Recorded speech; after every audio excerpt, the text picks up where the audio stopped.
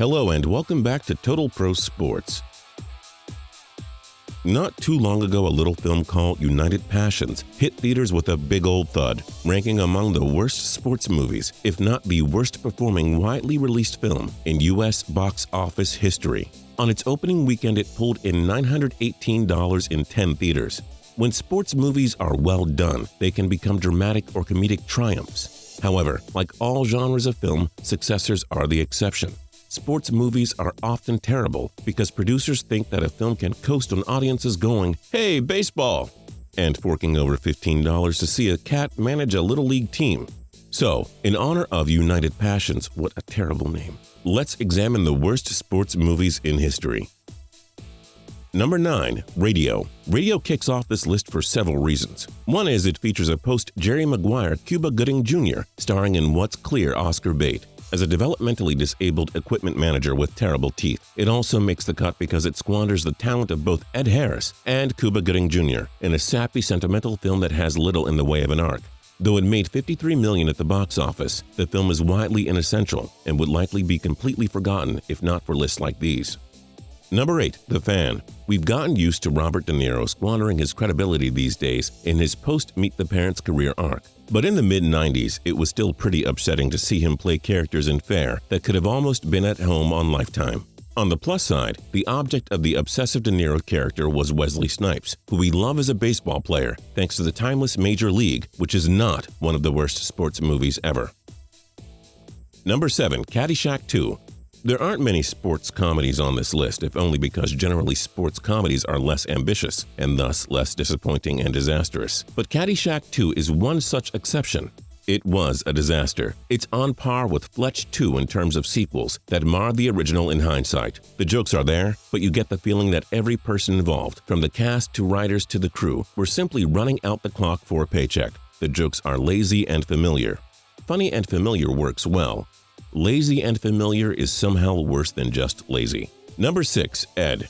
For some reason, an inordinate number of sports movies revolve around an animal who can play that sport. You don't see this phenomenon in other genres.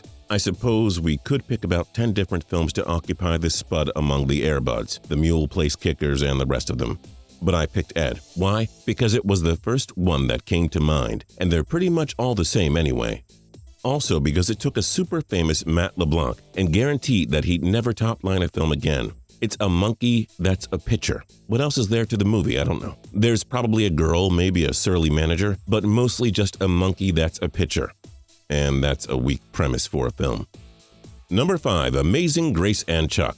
This might be the most esoteric entry on the list. That's because I have a history with this film and I'm making it your problem too. In 1988, I rented this movie because it had a basketball player on the cover. And I loved basketball. I was 8. I watched it and I remember it bored me so much that it almost made me hate basketball even though there was virtually none in it. It was about a treaty to stop nuclear proliferation and the president. Only they didn't tell you that up front. Or they did, but I was dumb because I was 8. In any event, this film starring NBA semi-star Alex English failed on all fronts and somehow managed to take the venerable Gregory Peck down with it. This really isn't a sports movie, but that's what pissed me off so much, so it's on the list.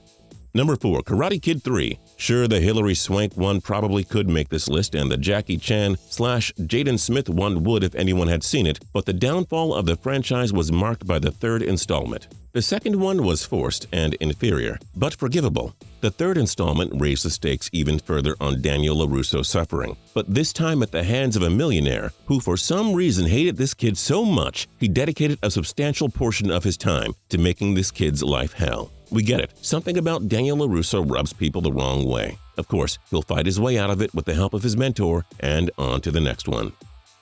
Number 3. Angels in the End Zone. One phenomenon we've seen in bad sports films is the franchise effect. Oh, since we made a bad film about a dog that plays a sport, let's make that same movie about that dog playing other sports. We see it pretty obviously in the Angels in the Outfield follow-up, Angels in the End Zone. Fortunately, this film barely made a peep at the box office, even with Disney's backing, leading us to believe there's hope for humanity yet. Number 2. Like Mike. When your movie is named after a Gatorade marketing slogan, you're probably in trouble when it comes to the durability of your film. Of course, the producers thought they could offset this issue with the presence of the timeless Michael Jordan. Maybe they did, maybe they didn't. But the scales shifted way towards a short shelf life when they picked the kid from Jerry Maguire, a good sports movie, Jonathan Lipnicki, to star. That's like making a movie about the Macarena or the Budweiser "What's up, guys?" And number 1, Rocky V. Rocky V is a very watchable film, in part because Sylvester Stallone has established Rocky as maybe one of the most iconic, important characters in cinematic history up to that point. However, all that currency goes up in smoke when we get an updated film that feels completely artificial and unnecessary, as Rocky's protege, Tommy Gunn, betrays him. The film ends in a street fight, for God's sake. Rocky's not a street fighter, he's a pro, and the Don King knockoff anchors the film to the real world in a way that no one asked for. Rocky IV was a fitting end to the franchise at the time. Let's pretend it stayed that way. And that's it for this countdown on Total Pro Sports. But as usual, we're not done with you yet.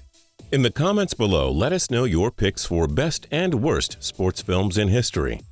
And if you liked the video, then like the video by clicking the like button down below. And don't forget to subscribe for more cool videos at Total Pro Sports by clicking right here.